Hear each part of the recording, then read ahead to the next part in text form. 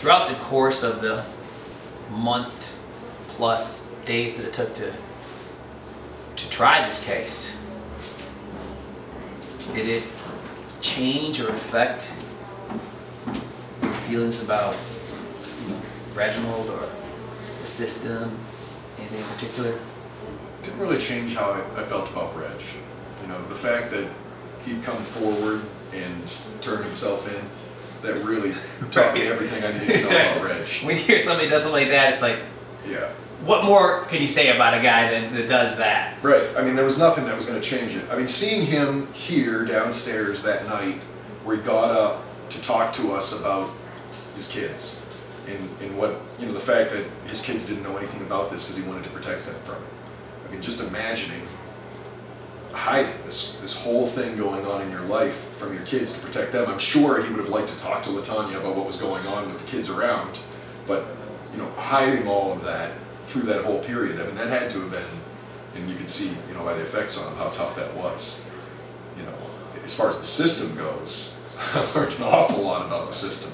It's amazing, you know, we came into this case thinking, oh, the judge is a nice guy, Bob Stevens is a nice guy, he's not really, you know, we didn't have Karen Goldfarb anymore, and that felt good, like, because she was just a monster.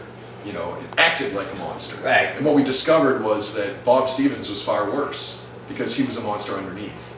And he was someone that acted like he didn't really have a dog in the fight. I'm just doing my job. I'm just marking time till retirement.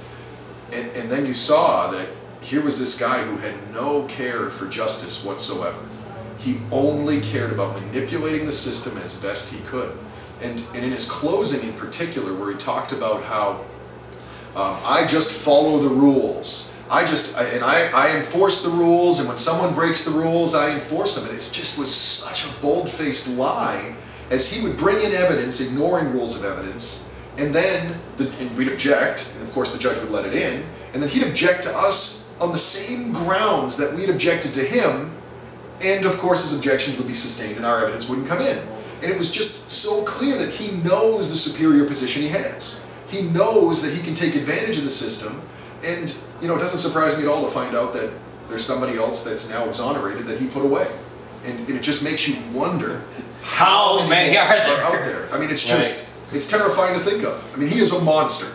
He is nothing short of a monster. I've met a lot of good prosecutors, or at least a handful, who really do care about justice. And sure, you know, I get it. Sometimes there's a question. Well, your client says that, mine, you know, my victim says this. We're going to go to trial and see what the jury says. I get that. But it's so much more when, you know, he just closed his eyes so tight to all of the evidence, to anything that didn't support his side, and he had nothing to rest on. That's why it took the jury 12 minutes.